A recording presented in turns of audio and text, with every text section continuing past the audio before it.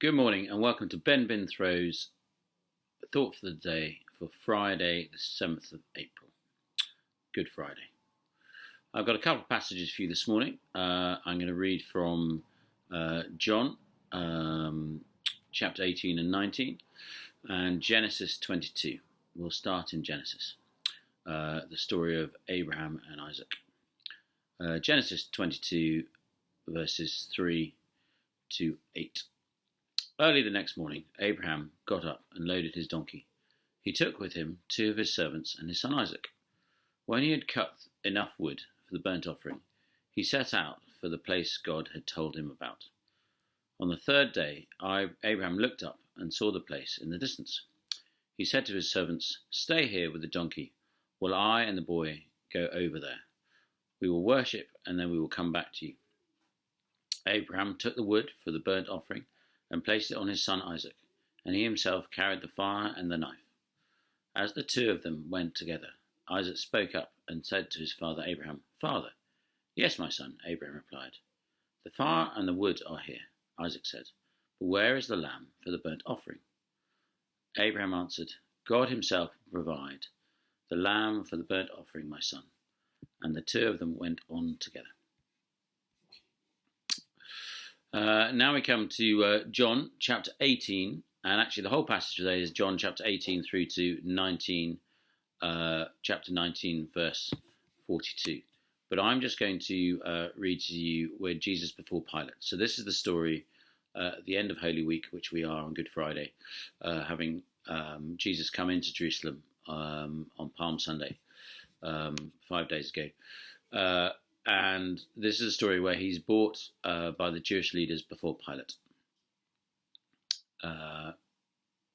Chapter 18, starting at verse 28.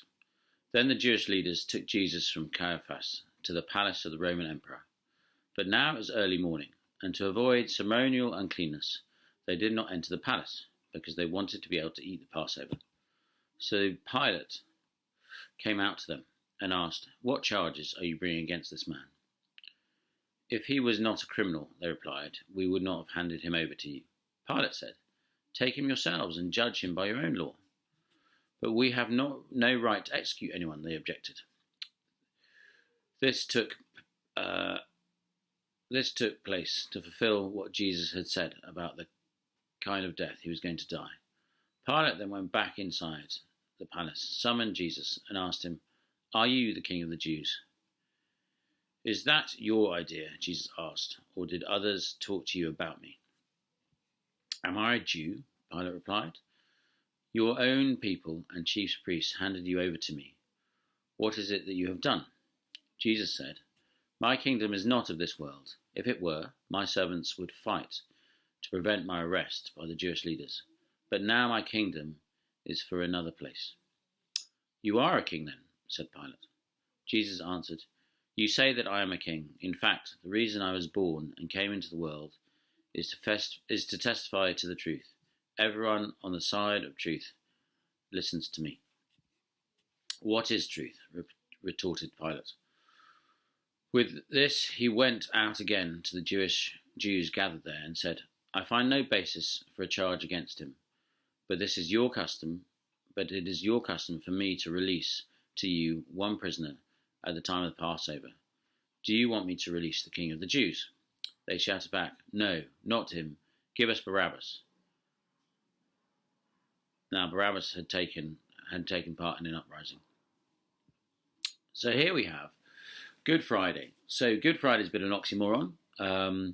Doing a bit of research, fundamentally, they think it used to be known as God Friday, but it's been moved to Good Friday, and that's fundamentally why, because it's the good news of Jesus' redemption for us. So we are redeemed through Christ, but the sad news is we're redeemed through Christ, through Jesus being our sacrifice in our place, and him being put to death on the cross, as we read about later in chapter 19 of John's Gospel. And then also earlier on we had the story of Abraham and Isaac, and Abraham being called by God to take Isaac up to a special place that God had defined and to crucify him. And really my thought for today was what can be an incredibly sad day what can also be an incredibly joyful day for those who know God and rejoice in his sacrifice for us as individuals is really the power of submission. Here we have two great stories of Jesus himself, our heavenly King, submitting not only to the Jews but also to Pilate. Pilate submitting to the Jews and what they wanted. Abraham submitting to God, in fact sacrificing his only son that he'd waited an age for. And yet through that power, as we read on at the end of Genesis, the angel of the Lord called Abraham from heaven for a second time and said, I swear by myself, declares the Lord, that because you have done this and have not withheld your son, your only son, I will surely bless you and make your descendants as numerous as the stars in the sky, as the sands on the seashore. Your descendants will take possession of the cities of their enemies, and through your offspring all nations on earth will be blessed, because you have obeyed me. So fundamentally, what do we have? Through the power of submission, we have a massive blessing to Abraham that's come through over the last 2,000 years. And we, through submission of Jesus and his death on the cross, we have eternal life and a relationship with God. So whatever you're facing today, whatever troubles, whatever travails, whatever battles ahead of you, just think about it maybe in an upside down way. By submitting to those and letting God into those, then sometimes his eternal power can come to pass. And fundamentally, God surprises us. So let's be happy on this Good Friday. Let's be happy and surprised and joyful in the power of God and the power of submitting to that. May you have a great day. Amen.